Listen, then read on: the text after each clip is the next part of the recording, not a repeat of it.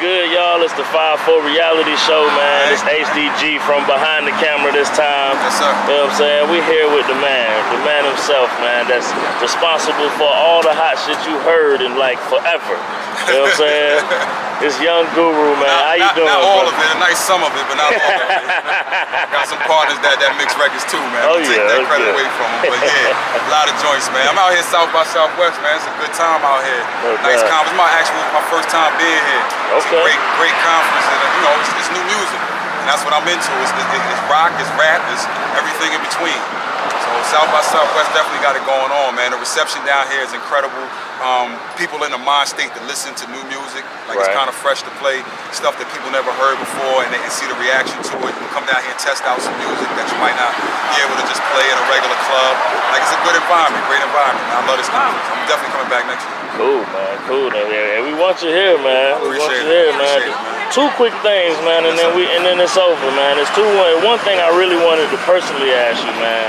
I saw your panel, you know, about the independent artists, man. I wanted to ask you about the 360 deal thing. Okay, it was amazing to me, first of all, how powerful that piece was. Like, I guess that's the power of the internet now, because what that really was is there's a community center. I live in North New Jersey. You know, I'm real active in the community because this gang thing has gotten out of control. The kids is kind of out of control right now. So myself, like brothers like Raz Baraka, and that thing was put together by another good brother, Hakeem Green, who used to be in Channel Live, Smoke Madism. He just put together a panel where he was addressing violence in the hood. So they basically had asked me a question about what's going on in the industry, and I was just warning people about the 360 deal. It's just my opinion. They just don't make sense to me. It used to be a time where, you know, I needed money to promote my album. I needed money to shoot a video. I needed money to duplicate 1 million copies of my album and put them in, and I didn't have trucks to put them in stores across the whole United States on the same day. So you was willing to give up a bit of your publishing or a bit of money to a bigger company to do that for you. But the age we live in now, that's completely unnecessary. So it's like, if you look at the trucks and the planes, we don't need that. You know what I'm saying? I don't need to physically make anything at this point. So it begs the question of, what do I need the company for? And you know, now the companies, instead of saying and reacting to the internet in a positive way and embracing it, all they really trying to do is just make more slaves, like trying to get more of you. And that's what the 360 deal is. It's like, okay, if you sign and we own a bit of your music, we want to own you completely, because they looked at it, and the thing that really kicked that off was the ringtones. Because they saw these cats coming in that were signed to them, making all this money off singles, off ringtones. And they was like, yo, we're not getting a part of that, and that's our record. You know what I mean? So they came up with this idea, let's own the artist completely. So they own your shows. You got to give them money for your shows. Any merchandise that you sell at the show, you got to give them that. Anything that has to do with you and your music, they want to own you completely, which is just stupid to me at this point. Like, I'm just trying to break down that facade that when you sign to a label, like this magic pill happens and they do all this stuff for you. Like, it's really you. You could sign a deal, but you still got to go home and make that album. You know what I mean? They're not going to help you do that. Matter of fact, it's sort of a hindrance, because they want a single that they can play on radio. And that might not be the road that you need to take to get out there. For example, a great example is Joe Buttons. Myself, Skane, you know, Skane Dollar, that's down with DJ Clue, was his A&R. We used to sit in them meetings and argue for days, like, yo, this kid is a star, but he's not going to give you one of them stupid radio records to play.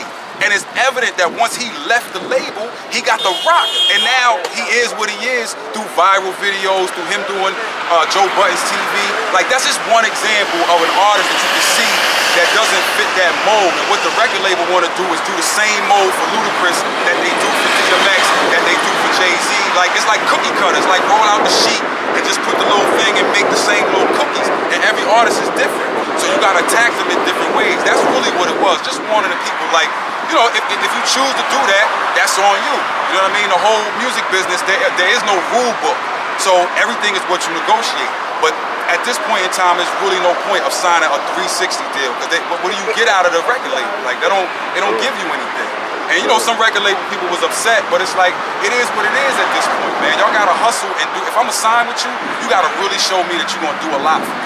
And that's really what it is at this point. So, you know, now those kids that sat at home, they got the power to put up a record and blow up without a record label, and then can go on tour and make real money. And as long as people got real expectations, you see the $1 million this is the $1 million that. Well, I don't need to be the $1 million this and that. If I'm making a record and I can sell 20,000, 30,000 and own it, I made 200, 300,000. You know, I always round the numbers up real quick, but it's like you really looking at a lawyer. If you make 300,000 off an album, you're looking at a lawyer like, son, you can't see me. You know what I mean? You can do that 2-3 times a year, and then that's just off album sales. Let alone you can run around the country, and you're not going to do the 10,000 seat arenas. But if you can consistently pack a 400 seater and get $2,000 every other day, you doing something. You got a career. Now you got little 18 and 19-year-old kids that's really doing that. So the power is in their hands. It's not just music, it's with the cameras, being able to make movies. Like, I was at Howard, I was a communications major. We had to sign up, sign a sheet, wait to get the equipment, like go, you know what I'm saying, film whatever you had to film on that specific day, go sign up, wait to process it. Like now, I'm filming stuff and I'm going home and I'm dumping it on my computer. There's no tape, there's no nothing. Like, the world is built now for independence. So that's really what it is. Like, but you got a big ship. The record labels is like this big cruiser, the ocean liners that old people go on vacation with. It's real hard. You can't just turn that machine real quick. It's hard to do. So it takes a while. You gotta turn it slowly. So it's slowly gonna turn. Like what you gonna see in 10 years is most of the labels is gonna be how Motown is. Like Motown has this big catalog of music that people are gonna buy forever. So you don't see Motown out with like billboards up like, yo, go buy this latest record. But they always gonna sell Stevie Wonder albums. They always gonna sell Supreme. They always gonna sell that. So the labels is gonna be catalog. Like they're gonna sell all their old music, and it's really gonna be done online. And they're gonna become like glorified like publishing companies. You know what I'm saying? And promotion houses. They're gonna have a strength with promotion, but that's about it. So I'll pay you like an independent promoter to promote my album, but you're not gonna own my album. That's the difference. I'ma get the mechanicals if somebody decides to put this in a movie or discuss even that. That's the whole point, is that now you can own yourself. And that gap that was the technology that didn't allow you to do what you had to do is now closed. Right. We appreciate that. It's gonna be a lot of artists that's gonna watch this, that's gonna see that may not have seen the panel. My but thing we need to them, to know about there's sure. a reverse side to it too. People hear me say that and think that being independent is easy. It's not easy. It's a lot more work to be free than it is to be a slave. Like when you a slave, master give you the food every day. You know what I'm saying? When you free, you gotta go plant your food, dig it up, cook it, replant it, move to another plot. What I'm saying that in the music business is now you gotta go around and get your connects together. Now you gotta do good business. A lot of times, us as independent people, we do homeboy business. You know what I mean? We put our homeboy as the manager. We put our homeboy as the person in charge of this. And it's like, nah. When IBM wants the best person, they put an ad in the paper and they go get the best person from a university that does that. So you gotta step outside of your circle. Your homeboy could be your road manager. He knows you, he can wake you up every day. But you need to have somebody real that really does that has some power, that manages your business. And so the more serious you take you gotta take yourself serious and conduct yourself as a real business, real contracts. Like, if you do business with your friends, you gotta really sit down and in the beginning of it, determine who gets paid for what and who's expecting what and what goes down. Too many times we do handshake business, or my man just roll with me.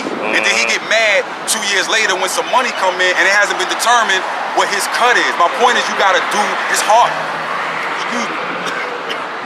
It's harder to do real business on a homeboy level. You know what I mean? You gotta do it for real and not just shuck and jive with it or say, you know, this is my man, so I'm gonna just put him on. That's the mentality, that's what we wanna do. We wanna put the hood on, but what can he do? That's the real thing. Your man gotta bring some value to your organization. And that's the hard part about teaching independence, is that it's a lot more work. You gotta be on your business. You gotta learn about points and albums and how they broke it down. And you gotta pay producers on time. And you gotta pay people on time and like take care of your legal work and clear samples and do all the necessary things so that when you do blow up, you're not stuck in this legal quagmire of I didn't take care of my business. That's really what the independent game is. No doubt. So back to you, man. Like, what's going on with you? What you need the people to check out, man, here in the next, everything, 6 months to a year? Record-wise, this Watch for the Throne is coming out. It's incredible. Like Kanye's just finishing it up right now. Jay's done with what he got to do. We started another Jay album after that. I don't know any information yet on the tour with him and Kanye, but we're gonna work that out and figure out when the U.S. tour kicks off. me myself, I'm really hard back on the DJ circuit. Right now, I've been just murdering all over with this DJing thing. So people should look out for that and start putting out mixtapes and just little mixes and things like that. And then my production, I got a nice production squad of people that I finally feel comfortable with. So I'm putting out a lot more production. You know what I'm saying? Me, myself, Knife Wonder, we like partnering up for something real big. And just my avenue is just the adult contemporary hip hop, and I hate to use that word because I hate labels, but there's a lane for that right now. Just that adult contemporary hip hop of people my age that's like 35, 37, 40. You got 45-year-old hip hoppers.